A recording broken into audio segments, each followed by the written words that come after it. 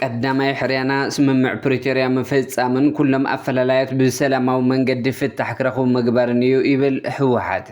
ኣብ ልዕሊ ዝተፈለየ ሓሳብ ዘሰጉሙ ነጠፍቲ ማሕበራዊ ሚድያ ጋዜጠኛታትን ፖለቲከኛታትን ተጠናኺሩ ዝቐፀለ ናይ ዓፈና ወፍሪ ኣካል እቲ ብዕሊ ዜሮ ቶለራንስ ብዝብል ኣብ ልዕሊ ናፃ ሓሳብን ዝተፈለየ ሓሳብ ዘለዎም ውልቀ ሰባትን ውዳበታትን ዝተኣወጀ ግናይ ኣዋጁ ሳልሳይ ወያነ ትግራይ ትኩረት ዓለም ለኸ ማሕበረሰብ ማእኸላይ ምብራቕ ኣብ ዘለሉ እዋን ኣብ ኢትዮጵያ ትኩረት ዘይተዋሃቦም ናይቲ ሃገር ፖለቲካውን ፀጥታውን ኣንፈት ዘቕይሩ ተርእዮታት ይፍጠሩ ከም ዘለዉ ይግለጽ። እስራኤል ኣብ ቆፎ ንፍርቂ ክፍለ ዘመን ዝሓበአቶም ቦምባታት ናብ ኢራን ትድብረላ። ኩናት ኢራን ደው ንኽብል ፃውዒት ቀሪቡ መራሒ ሰኔት ዲሞክራት ኣሜሪካ ቻክ ሹመር ኩናት ኢራን ደው ንኽብል ፀዊዖም ኣለዉ።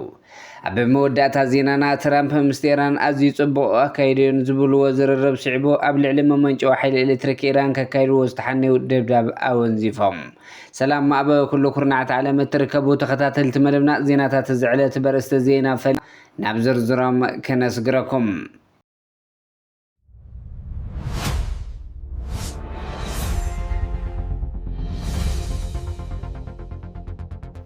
ቀዳማይ ሕርያና ስምምዕ ፕሪቶሪያ መፈጻምን ኩሎም ኣፈላላያት ብሰላማዊ መንገዲ ፍታሕ ክረኽቡ ምግባርን እዩ ይብል ህወሓት።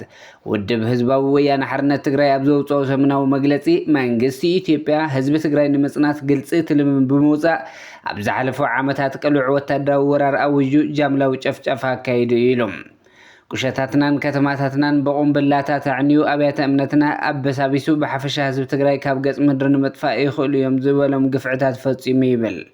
ህዝቢ ትግራይን ህወሓትን ስምምዕ ፕሪቶሪያ ክትግበርን ኩሎም ኣፈላላያት ብሰላማዊ ፖለቲካዊ ዘተ ክፍትሑን ዘይተሓለለ ጻዕሪ ገይሮም እዮም ዝበለ ህወሓት ኣብ መግለፂኡ መንግስቲ ኢትዮጵያ ድማ በኣንጻሩ ኣብ ክንዲ ብመሰረት እቲ ስምምዕ ኣብ ትሕቲ ወረርቲ ዘሎ ህዝቢ ሓራ ክወፅእ ዝተመዛበለን ዝተሰደደን ህዝብና መረበቶ ክምለስ ግብኡ ዝዋፅእ ናብ ካልእ ዙር ወታደራዊ ወፍሪ ንምእታው ኣብ ምህንዳድ ይርከብ ኢሉ ካብዚ ብዝሓለፈ ድማ ህዝቢ ትግራይ መረበቱ መናጭቱ ንምብታን ዘይሕጋዊ ውሳነታት ምሕላፍ ተጀሚሩ ዝነበረ ኣገልግሎት ምዕፃው ንመሃያ ሰራሕተኛታት መንግስቲ ሓዊሱ ባጀት ብምኽልካልን ህዝብና ብጥሜት ክሃለቕ ይሰርሕ ኣለውን ኢሉ ህዝቢ ትግራይ ምስ እኳን ዝከኣል ሓድነቱን ትዝረጋ ዓቕምታቱ ጠሚሩ ዘቃልሲ ዝውድብ ብሄራዊ ትካላት ውድባታቱን ትፈርሳ እዩ ካብ ዝብል ገምጋም ብምብጋስ ኣብ ልዕሊ ትግራይ ተኸታታሊ ወፍሪ ክካየድ መፅንሑ ብምግላጽ ሕዚ እውን እዚ ኣጠናኺሩ ይቕፅለሉ ከም ዘሎ ይገልጽ።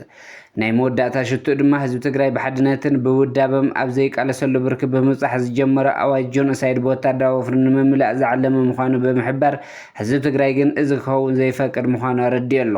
እቲ እንኮ መዋፅኦ ህዝቢ ትግራይ ሕዚ እውን ኣብ ቅኑዕ ዕላማ ዝመስረት ብሓድነት ተወዲብካ ዝካየድ ቃልሲ ኢሉ ውድብ ህወሓት ኣብ መግለፂኡ ኣብ ልዕሊ ዝተፈለየ ሓሳብ ዘሰጉሙ ነጠፍቲ ማሕበራዊ ሚድያ ጋዜጠኛታትን ፖለቲከኛታትን ተጠናኺሩ ዝቐፀለ ናይ ወፍሪ ኣካል እቲ ብዕሊ ዜሮ ቶለራንስ ብዝብል ኣብ ልዕሊ ናፃ ሓሳብን ዝተፈለየ ሓሳብ ዘለዎም ውልቀ ሰባትን ውዳበታትን ዝተኣወጀ ግናይ ኣዋጁ ይብል ሳልሳይ ወያነ ትግራይ ካብ ዝኾነ ግዜ ንላዕሊ ዝተፈለየ ሓሳብ ዘተኣናግድ ፖለቲካዊ ሃዋህው ክህልዎ ኣብ ትጠልበሉ ግዜ ካብ እንርከብ ዘማታ ኣይኮነን ሓሳብ ብሓይሊ ንምቁፅፃር ዝግበር ሓደገኛን እከይን መንገዲ ዝመረፀ ሓይሊ ከቢድ ጥፍኣት ይፍፀም ከም ዘሎ ፅባሕ ተሓታቲ ከም ዝኸውን ሳልሳይ ወያነ ትግራይ ይኣምን ኢሉ ካብ ሓደጋ ጠቕሊልካ ምጥፋእ ዘምፅእ መፍትሒ ንምንዳይ ብሄራዊ ምርድዳእ ዝፍጠረሉ መድረኽ ብሄራዊ ዘተ ኣብ ዝጠልበሉ እዋን ብጠበንጃ ኣብ ስልጣን ዝተኾየጠ ሓይሊ ነዚ ዕድል ዓፅዩ ደቂ ብሄረ ትግራይ ተዛትዮም መዋፅኦ ከየናድዩ ሓኒቑ ሒዙ ይርከብ ኢሉ ብብሄራዊ ሓልዮት ናይ ሓሳብ ቃልሲ ዝግበሩ ግዱሳት ደቂ ትግራይ ኣብ ምህዳን እዚ ሓይሊ ከም ውፅኢቱ ቀሊል ዘይበሃል ሓይሊ ሰምና ንፈቆዶ ስደትን ተስፋ ኣልበነትን ተሳጢሑ ይርከብ ኢሉ ሕዚ እውን ዝተፈለየ ሓሳብ ብምስጓምን ኣብ ዝመረፅዎ ፖለቲካዊ ውዳበ ኮይኖም ንዝቃለሱ ዘለዉ ተጋሩ ይእሰሩን ይጭወዩን ዘለዉ ሓይሊ እዚ ተግባር ብህፁፅ ደው ከብሎ ይግባእ። ውድብና ፈቆዱ ይእሰሩ ዘለዉ ደቂ ብሄረ ትግራይ ኩነታቶም ከም ዝከታተሎ ኣብ ጎኒ ተበደልቲ ወገናትና ደው ከም ዝብል ደጊሙ ከረጋግፅ ዝደሊ ሳልሳይ ወያነ ትግራይ ክብል ሕዚ እውን ንመዋፅኦ ናብ ዝጥምት ብሄራዊ ዘተ ኩሉ ወገን ጭቡጥ ምንቅስቃስ ክገብር ይፅውዕ ኢሉ ኣሎ። ትኩረት ዓለም ለኸ ማሕበረሰብ ማእኸላይ ምብራቕ ኣብ ዘለሉ እዋን ኣብ ኢትዮጵያ ትኩረት ዘይተዋሃቦም ናይቲ ሃገር ፖለቲካውን ፀጥታውን ኣንፈት ዝቕይሩ ተርእዮታት ይፍጠሩ ከም ዘለዉ ይግለጽ። ናይ ኦሮሞ ፌደራሊስት ኮንግረስ ኣባል ዝኾነ ጀዋር መሓመድ ናይ ኤርትራን ትግራይን ሓይሊ ንምምካን ብዝብል መብዛሕትኡ ሰራዊት ኢትዮጵያ ዓፋርን ሕሙራን ሰፊሩ ከም ዘሎ ብምሕባር ናብ ክልል ኣምሓራ ሙሉእ ብምሉእ ተመሊሱ ዝብል ወረ ጥራሕ ከም ዝኾነ ይዛረብ። ኣዘዝቲ ሰራዊት ኩናት ማእኸላይ ምምራቕ ምስ ተረጋግአ ናብ መጥቃዕቲ ደረጃ ክምዕብሉ ከም ዝኽእሉ እውን ይገልጽ።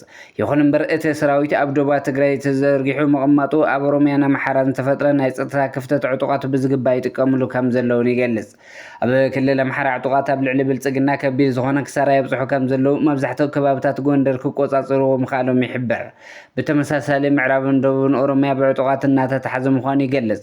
ናይ ፋኖን ኦነግን ኣብ ሜዳ ምሕያል ንብልጽግና ኣብ ከቢድ ሻቕሎ ሰኽቲትዎ ከም ዘለውን ይገልጽ። እንተኾነ ዓይኒ የብለይ ስኒ የብለይ ዝኾነ ኣካይዳ ኣብዪ ኣሕመድ ክኽተል ከም ዝኽእል እውን ይገልጽ። እዚ ማለት ዝሓዝከዮ ዘይብልካ ናብ ኩናት ከም መምራሕ ሒልዎ ኣሎ። እስራኤል ኣብ ቆፎ ንፍርቂ ክፍለ ዘመን ዝሓበቶም ቡምባታት ናብ ኢራን ትድርበላ። እስራኤል ኢራን ዝደርበየቶም ሚሳይላት ክትክክ ዝበለ ባጀት ከም ዝወደአት እዩ ዝንገረላ።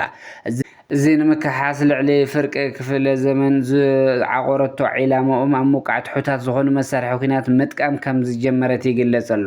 እዞም ቡምባታት ንኸባቢ ፍርቂ ክፍለ ዘመን ኣብ ናይ ሰራዊት ማዕስከር ተኸዚኖም ፀንሑ ምዃኖም እውን ይሕበር።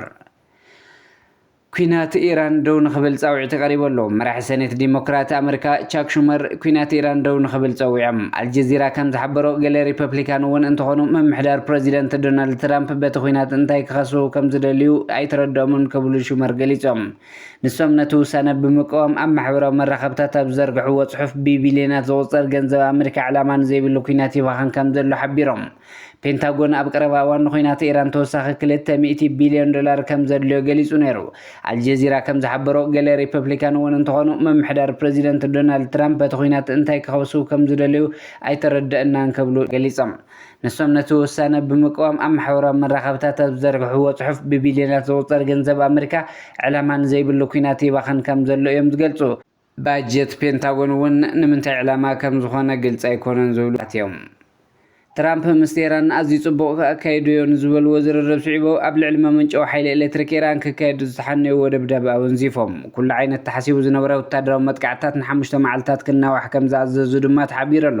ነዚ መግለፂ ስዒቡ ዋጋ ነዳዲ ምንካይ፣ ዋጋ ኣክስዮናት ድማ ምንቓሕ ምጅማሩ እናተጸብጸበ እዩ። ብክልተ ገጽ ክልተ ማዕኸናት ዜና ኢራን ግና ዝኾነ ይኹን ዝርርብ ኣይተኻየደን ክብላ ሓቢረን።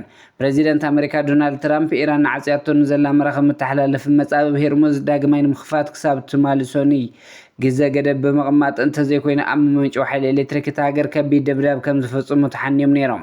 ኮይኑ ግን ትራምፕ ኣብ ትሩዝ ሚድያ ትማሊ ከም ዝሓበርዎ ኣሜሪካ ኣብ ምቁራፅ ኩናት ማእኸላይ ምብራቕ ውፅኢታዊ ዝርርብ ምስ ኢራን ከም ዘካየደት ይሕብሩ።